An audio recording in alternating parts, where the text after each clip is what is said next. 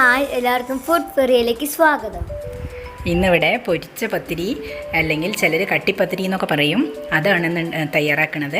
അപ്പോൾ നമ്മൾ കടയിൽ നിന്നൊക്കെ വാങ്ങി നമ്മൾ കഴിക്കാറുള്ള പൊരിച്ച പത്തിരി എങ്ങനെയാണ് ഉണ്ടാക്കുന്നത് നോക്കാം. അപ്പോൾ ഞാനിവിടെ അതിന് വേണ്ടിയിട്ട് ഒരു ബൗള് നൈസായ അരിപ്പൊടിയാണ് എടുത്ത് വെച്ചിട്ടുള്ളത്. അപ്പം നമ്മൾ ഒരു ബൗള് അരിപ്പൊടിക്ക് നമ്മൾ 2 ബൗള് വെള്ളമാണ് ചേർക്കേണ്ടത് അതിലേക്ക്. എന്നിട്ട് നമുക്കത് നന്നായി ഒന്ന് വഴറ്റിയെടുക്കണം. അപ്പം ഞാൻ ഒരു പാനിൽ വെള്ളം ഒഴിച്ചിട്ടുണ്ട്. അതായത് ഒരു ബൗള് അരിപ്പൊടിക്ക് ഞാൻ 2 ബൗള് വെള്ളമാണ് ഇതിലേക്ക് ചേർത്ത് കൊടുത്തിട്ടുള്ളത്. ഈ വെള്ളം നന്നായി ഒന്ന് തിളച്ച് വന്നതിന് ശേഷം ഇതിലാവശ്യമായ ഉപ്പ് ചേർത്ത് കൊടുക്കാം. ഇനി ഇതിലേക്ക് ഒരല്പം നെയ്യും കൂടെ ചേർത്ത് കൊടുക്കുന്നുണ്ട്.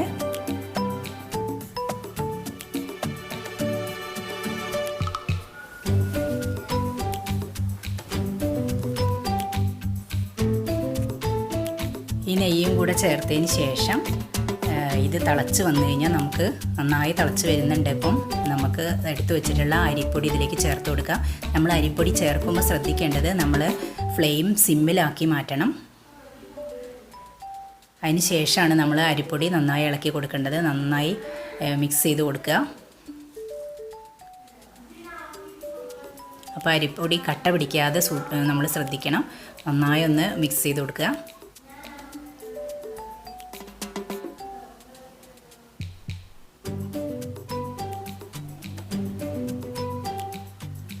നന്നായി മിക്സ് ആയതിനു ശേഷം നമുക്ക് ഫ്ലെയിം ഓഫ് ചെയ്ത് വെക്കാം.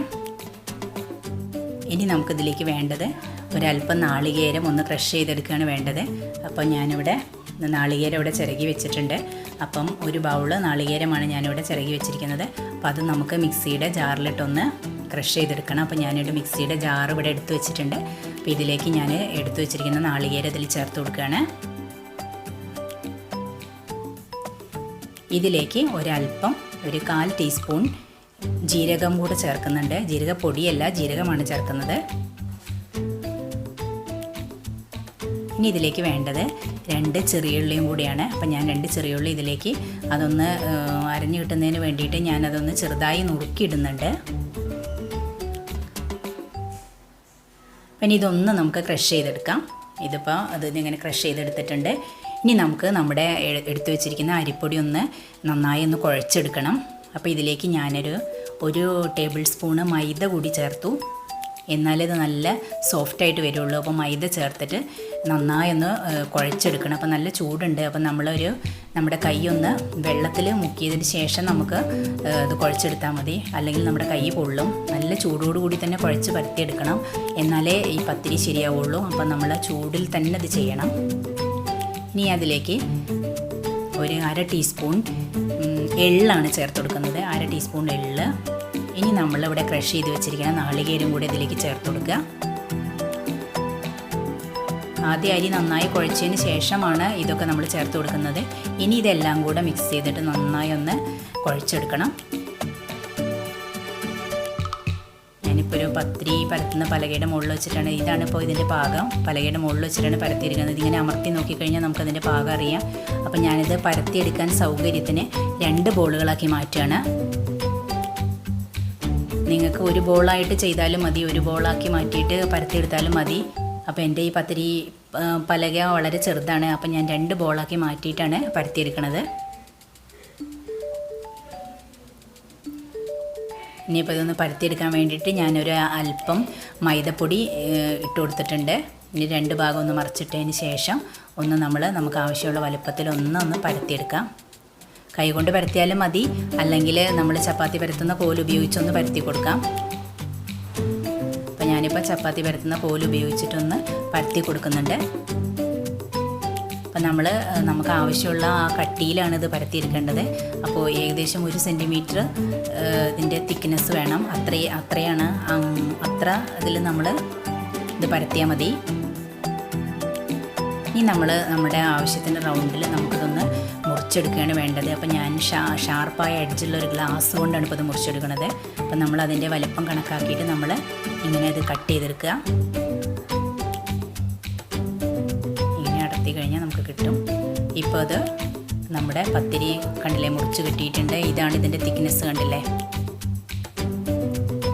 നമ്മൾ ഇപ്പം മുറിച്ച് വെച്ചിട്ടുള്ളത് നമുക്കിതൊന്ന് അടർത്തിയെടുക്കാം. അതിന് ശേഷം ഈ ബാക്കി വരുന്ന മാവ് നമുക്ക് ഒന്നും കൂടെ കുഴച്ചുരുട്ടിയതിന് ശേഷം ഒന്നുകൂടെ പരത്തിയിട്ട് നമുക്ക് അതൊന്ന് ബാക്കി മുറിച്ചെടുക്കാം. അങ്ങനെ ഇപ്പം ഞാൻ എടുത്തു വെച്ചിരിക്കുന്ന ബോളുകളെല്ലാം നമുക്കിങ്ങനെ പരത്തിയിട്ട് മുറിച്ചെടുക്കണം. ഇപ്പം ഞാനിതെല്ലാം പരത്തിയെടുത്ത് മുറിച്ചെടുത്ത് വെച്ചിട്ടുണ്ട്.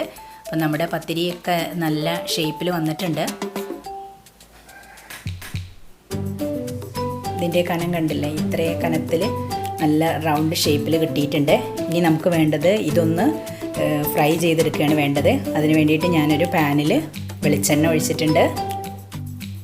ഇത് നന്നായി ചൂടായി വന്നതിന് ശേഷം നമുക്കിത് ഇട്ട് കൊടുക്കാം ഇതിലേക്ക്.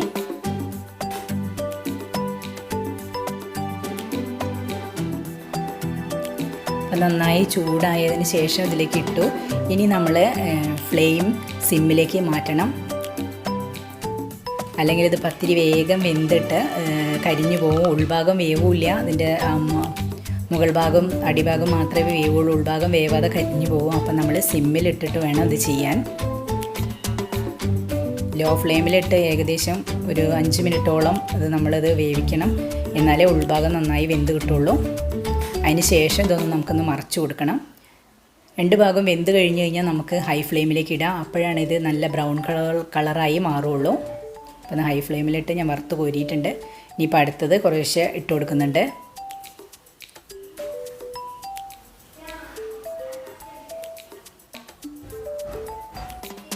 അപ്പോൾ നമ്മുടെ പൊരിച്ച പത്തിരി ഏകദേശം റെഡി ആയിട്ടുണ്ട്. അപ്പം നമ്മുടെ പൊരിച്ച പത്തിരി റെഡിയായി. എല്ലാവർക്കും ഇഷ്ടമായി എന്ന് വിചാരിക്കുന്നു. അപ്പം നമുക്ക് കട്ടൻ ചായക്കൊപ്പം കഴിക്കാനൊക്കെ വളരെ നല്ലതാണ്. നമ്മുടെ 4 മണി പലഹാരമായിട്ട് ഇത് കഴിക്കാം. അപ്പോൾ ഇത് കടയിൽ നിന്ന് വാങ്ങേണ്ട ആവശ്യമില്ല, നമുക്ക് ഈസിയായി നമ്മുടെ വീട്ടിൽ തന്നെ ഉണ്ടാക്കിയെടുക്കാം. അപ്പോൾ എല്ലാവരും ഒന്ന് ട്രൈ ചെയ്യണം. അപ്പോൾ വീഡിയോ ഇഷ്ടമായിച്ചാൽ ഷെയർ ചെയ്യണം.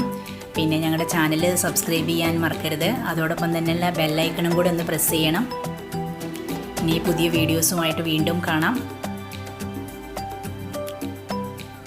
Thank you.